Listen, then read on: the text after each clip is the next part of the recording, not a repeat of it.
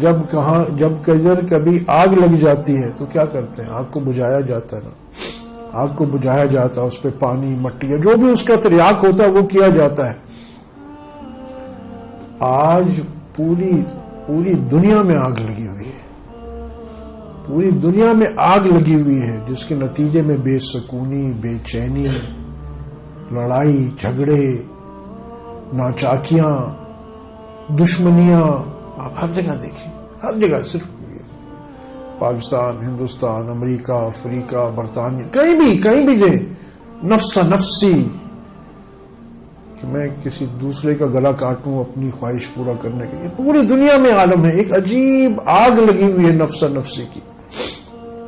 اس آگ کا پھر اتنی گناہوں کی کثرت ہے کہ ان گناہوں کی کثرت سے ظاہری بات ہے عذاب الہی کو دعوت دینا ہے۔ ان گناہوں کی کثرت کی وجہ سے اللہ کا غضب متوجہ ہے۔ تو ان سب چیزوں کو ٹھنڈا کرنے والی چیز کیا ہے؟ اللہ کے غضب کو ٹھنڈا کرنے والی چیز کیا ہے؟ درود پاک۔ مشائخ اور علماء کرام فرماتے ہیں کہ درود پاک ایک ایسا عمل ہے جو اللہ کے یہاں قبول ہی قبول ہے۔ کسی عمل کے اندر ہم نے کسی کا صدقہ دیا، نماز پڑھی، کسی کو کھانا کھلا دیا، تو اس میں شک ہے کہ پتہ نہیں قبول ہو کہ نہ ہو، پتہ نہیں قبول ہو کہ نہ ہو، مگر درود پاک وہ عمل ہے جو قبول ہی قبول ہے۔ یہ وہ عمل ہے جو اللہ پاک کے غصے کو ٹھنڈا کرنے والا ہے۔ اس کی عجیب درود پاک کی تاثیر لامتناہی ہے، اس کی برکتیں لامتناہی ہیں، اور خوبصورتی دیکھیے، اللہ کی شان، آپ صلی اللہ علیہ وسلم کا مرتبہ دیکھیے، جو فائدہ ہوتا ہے وہ ہمیں ہوتا ہے، آپ صلی اللہ علیہ وسلم کو کوئی فائدہ نہیں۔ اور ہم جب نماز میں بھی درود پڑھتے ہیں کیا کہتے ہیں؟ اللہم صلی، اے اللہ آپ محبوب صلی اللہ علیہ وسلم پہ درود بھیج دیجیے۔ یعنی ہم میں تو کچھ طاقت ہی نہیں ہے، مگر اللہ پاک کتنا مہربان ہے، کتنا مہربان ہے، اور اللہ پاک کو آپ صلی اللہ علیہ وسلم سے کتنی زیادہ محبت ہے، کتنی زیادہ محبت ہے کہ جو ذرا بھی آپ صلی اللہ علیہ وسلم سے محبت کا اظہار کرتا ہے، اللہ پاک اپنی رحمتوں کی بھرمار کرتا ہے۔ ذرا سے اظہار جو آپ صلی اللہ علیہ وسلم کا ذرا ہوا اللہ اس کا پورا ہو گیا۔ تو یہ درود شریف آج ہم سمجھتے نہیں، کیونکہ ہم پڑھے لکھے لوگ ہیں نا، بڑی لاجیکل ایج میں رہ رہے ہیں۔ اگر میں آپ کو ایک اور، اگر آج کل جو ہم ایک لاجک سمجھتے ہیں، اگر اس انداز میں آپ کو میں بتاؤں تو شاید ہم سمجھیں۔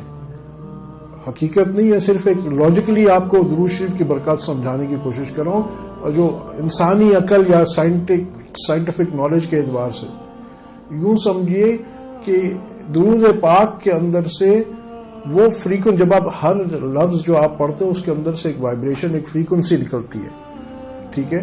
تو آپ سمجھانے کے لیے صرف عرض کر رہا ہوں، حقیقت تو اس کی کئی بالا تر ہے کہ اس درود پاک کے ورد کرنے سے جو فریکوینسی، جو وائبریشن اس کائنات میں آتی ہیں، یہ سارے کائنات کی ڈائنامکس چینج کر دیتی ہیں۔ اس کا اثر، اس کا امپیکٹ پوری کائنات پہ ہوتا ہے۔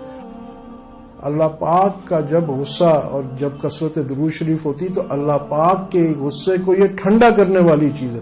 جب اللہ پاک کا غصہ ٹھنڈا ہوگا، اللہ پاک کے عذابات ہٹا لیے جائیں گے۔ آج دنیا بھر میں دیکھیں نا، عجیب عجیب انداز میں عذابات ہیں، کہیں آپس میں لڑائیاں ہیں تو کہیں بارش نہیں ہو رہی۔ اب اس کو دنیاوی طور پہ ہم کہیں گے یہ ایل نینو افیکٹ ہو گیا، اور یہ درخت کٹ گئے، اور یہ فلانا ہو گیا۔ وہ جب چاہتا ہے تو ریگستان کے اوپر بھی بارش برسا دیتا ہے، اور جب وہ چاہتا ہے تو جنگلوں کے اوپر بھی بارش نہیں برستی۔ ہم بھول جاتے ہیں کہ یہ بیک اینڈ پہ پروگرام کنٹرول کدھر سے ہو رہا ہے۔ ہم ہر چیز اپنی عقل کے نیچے ٹٹولتے ہیں۔ نیٹ ریزلٹ کیا ہوتا ہے کہ پھر ہم اچھا جی یہ درخت اور لگ گئے تو پھر ایسے جنگلوں پہ بھی آتا ہے وقت کہ بارشیں نہیں ہوتی، تو کیوں نہیں ہوتی؟ اللہ پاک کا غضب،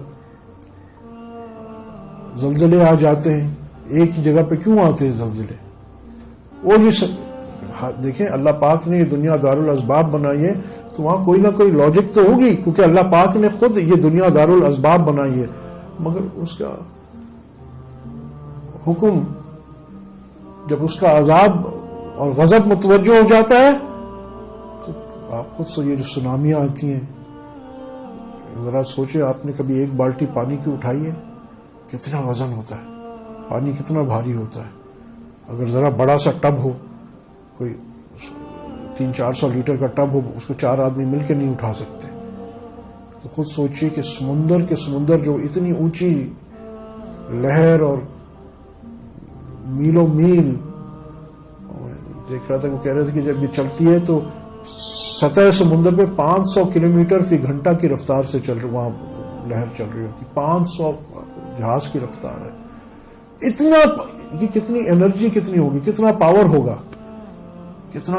آپ ایک منٹ ذرا سوچیں نا کہ اتنا پانی اگر ہمیں دنیاوی طور پہ ہمیں کہا جائے کہ اتنے پانی کو اٹھانا ہے، ڈسپلیس کرنا ہے، تو اس کے لیے ساری دنیا مل کے بھی بیٹھ جائے، اتنا بڑا انرجی کا ڈسپلیسمنٹ کا کوئی مشین نہیں بنا سکتی.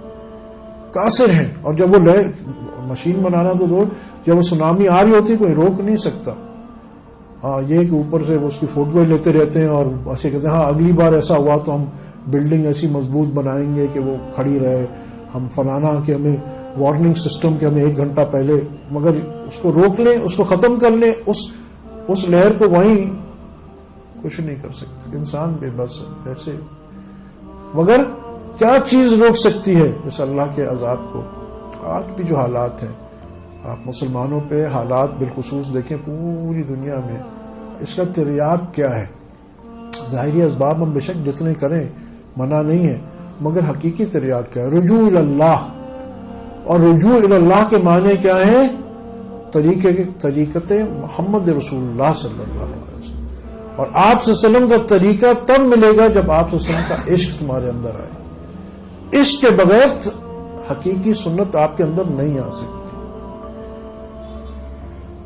اس واسطے بارہا عرض کرتا ہوں کہ عشق الہی کے لیے عشق رسول اللہ صلی اللہ علیہ وسلم لازمی ہے. جس کے اندر آپ صلی اللہ علیہ وسلم کا عشق نہیں ہوگا، اللہ کا عشق نہیں آ سکتا. یہ ایک راؤٹ ہے، طریقہ ہے. اور عشق رسول اللہ صلی اللہ علیہ وسلم حاصل کرنے کا طریقہ کیا ہے؟ جہاں اتباع سنت کی ہم نے پوری کوشش کرنی، وہاں یہ تریاق ہے، درود پاک. یہ بہت بڑی نعمت ہے.